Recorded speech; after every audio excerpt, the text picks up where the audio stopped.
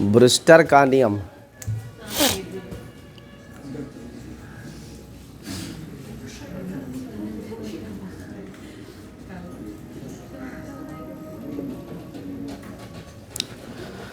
देखिए, जो ब्रूस्टर का नियम है, यह नियम भी किससे संबंधित है? प्रकाश के ध्रुवण से ही संबंधित है। लेकिन इस घटना में हम लोगों को ये ध्यान में रखना है कि प्रकाश का ध्रुवण कई तरीके से हो सकता है, चाहे अपवर्तन द्वारा, चाहे परावर्तन द्वारा हो, चाहे द्वि अपवर्तन द्वारा हो, चाहे पोलराइड के द्वारा हो। ये जो नियम पढ़ने जा रहे हैं किस पे आधारित है? परावर्तन पर। तो इसमें पहले नियम लिखिए इनका। लिखिए, किसी विशेष आपतन कोण के लिए, किसी विशेष आपतन कोण के लिए, किसी विशेष आपतन कोण के लिए परावर्तित प्रकाश, किसी विशेष आपतन कोण के लिए परावर्तित प्रकाश, किसी विशेष आपतन कोण के लिए परावर्तित प्रकाश पूर्णतया समतल ध्रुवित होता है। पूर्णतया समतल ध्रुवित होता है। किसी विशेष आपतन कोण के लिए परावर्तित प्रकाश पूर्णतया समतल ध्रुवित होता है तथा इसके कंपन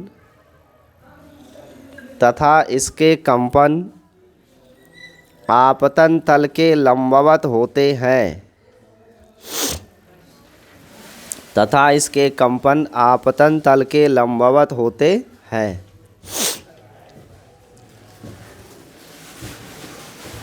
आपतन तल के लंबवत होते हैं। जो आपतन कोण है, इस आपतन कोण को आईपी लिखते हैं। क्या लिखते हैं? आपतन कोण को आईपी, इसे बोलते हैं angle of polarization. Angle of polarization, या हिंदी में कहते हैं ध्रुवण कोण। ध्रुवण कोण IP, that is angle of polarization, इसे कहते हैं ध्रुवण कोण। और ब्रूस्टर ने एक संबंध लिखा था कि माध्यम का अपवर्तनांक n बराबर होता है tan IP। यही है ब्रूस्टर का नियम। एग्जाम में 1 नंबर के बहुविकल्पीय प्रश्नों में ये पूछता है। यही ब्रूस्टर का नियम है।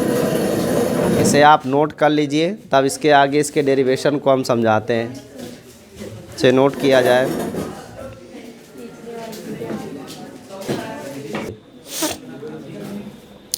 ब्रूस्टर के नियम से यही एक लाइन पूछा जाता है कि किसी माध्यम के अपवर्तनांक और ध्रुवण कोण के बीच में क्या संबंध होता है। तो वो संबंध होता है n बराबर tan IP। बस ये रिलेशन याद रखना है। परंतु और भी बातें इसमें अब पढ़ रहे हैं तो पूरा ही पढ़ेंगे ना। इसके नीचे एक और पॉइंट लिखिए, ध्रुवण कोण के लिए, ध्रुवण कोण के लिए पारदर्शी पृष्ठ पर, पारदर्शी पृष्ठ पर आपतित किरण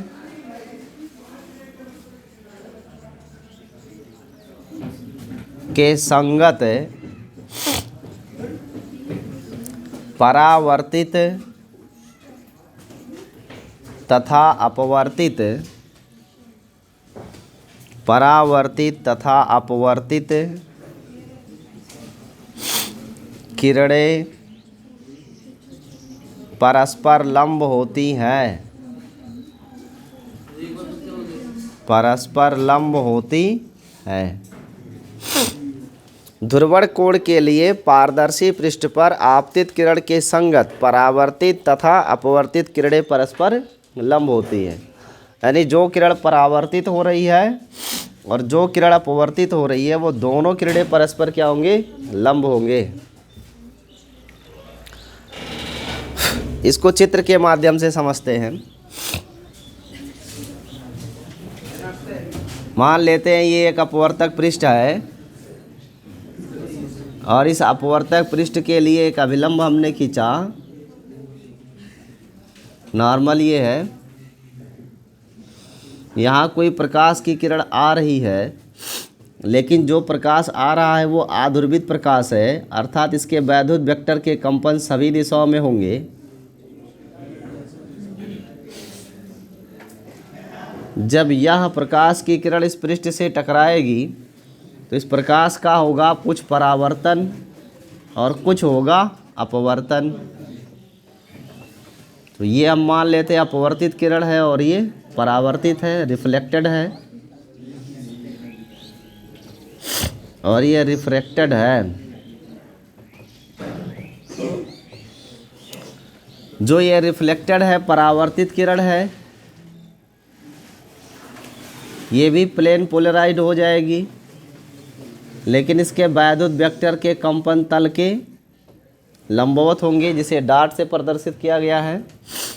और यहाँ वैद्युत वेक्टर के कंपन तल के समांतर है, जिन्हें हम किरणों से दर्शाएंगे।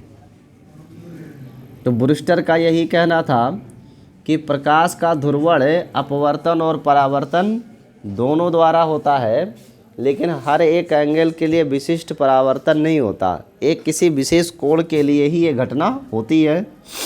उस विशेष कोण को क्या कहते हैं? ध्रुवण कोण।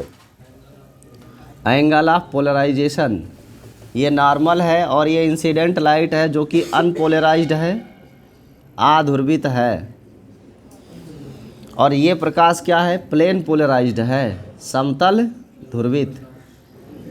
तो जो रिफ्लेक्ट हुआ है वो भी प्लेन पोलराइज्ड है, जो रिफ्रैक्ट हुआ है वो भी प्लेन समतल ध्रुवित है, चाहे वो परावर्तित हुआ हो चाहे वो दोनों जो समतल ध्रुवित प्रकाश हो जाते हैं।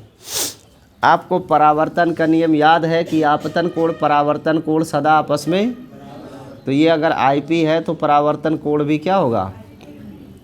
ये अपवर्तन कोण हम मान लेते हैं स्मॉल r है, अपवर्तन कोण को स्मॉल r मान लिया गया।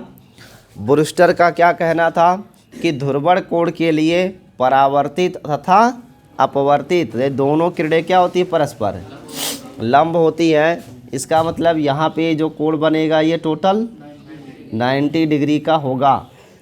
हम मान लेते हैं एक तरफ माध्यम वायु है और एक तरफ कोई अन्य माध्यम है, आई डोंट नो कौन सा माध्यम है, बट एक मीडियम है जिसे हम सेकंड कहते हैं, और ये फर्स्ट मीडियम है जिसे हम कुछ और भी कह सकते हैं, एयर ले सकते हैं या जो भी हो, वैक्यूम भी यूज़ कर सकते हैं।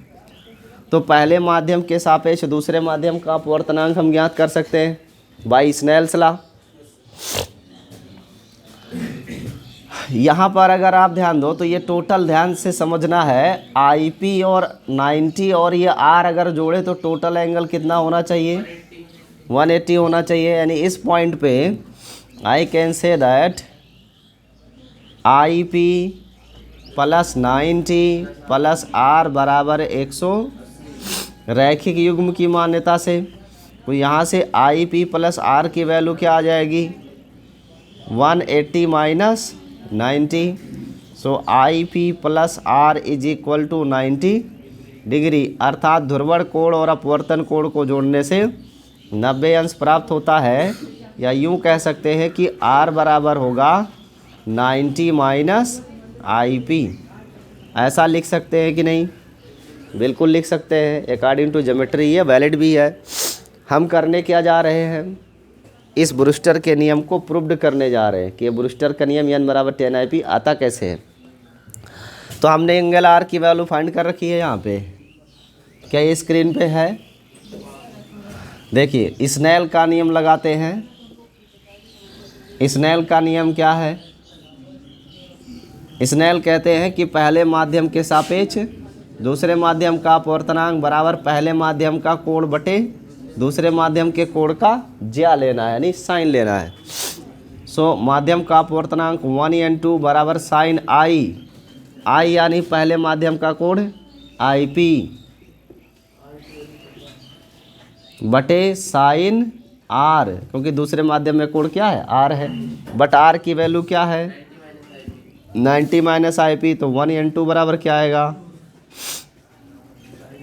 साइन IP बटे साइन 90 माइनस IP।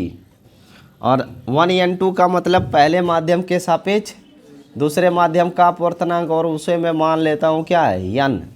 इस 1n2 को हटा के n लिख सकते हैं, बार बार 1 2 लेके घूमना ठीक नहीं है। तो बचेगा क्या साइन IP और ये साइन 90 के साथ चेंज होकर कास बन जाएगा, कास IP। और साइन बटे कास को क्या बोलते हैं tan कहते हैं। सो n बराबर tan IP, यही है ब्रूस्टर का नियम और इस तरीके से ये सिद्ध हो गया। तो ब्रूस्टर के नियम में इतनी बातें हैं, इसे आप नोट कर लीजिए, बाकी चर्चा अगले वीडियो में। वीडियो को लाइक करें, शेयर करें, चैनल ज़रूर सब्सक्राइब करें।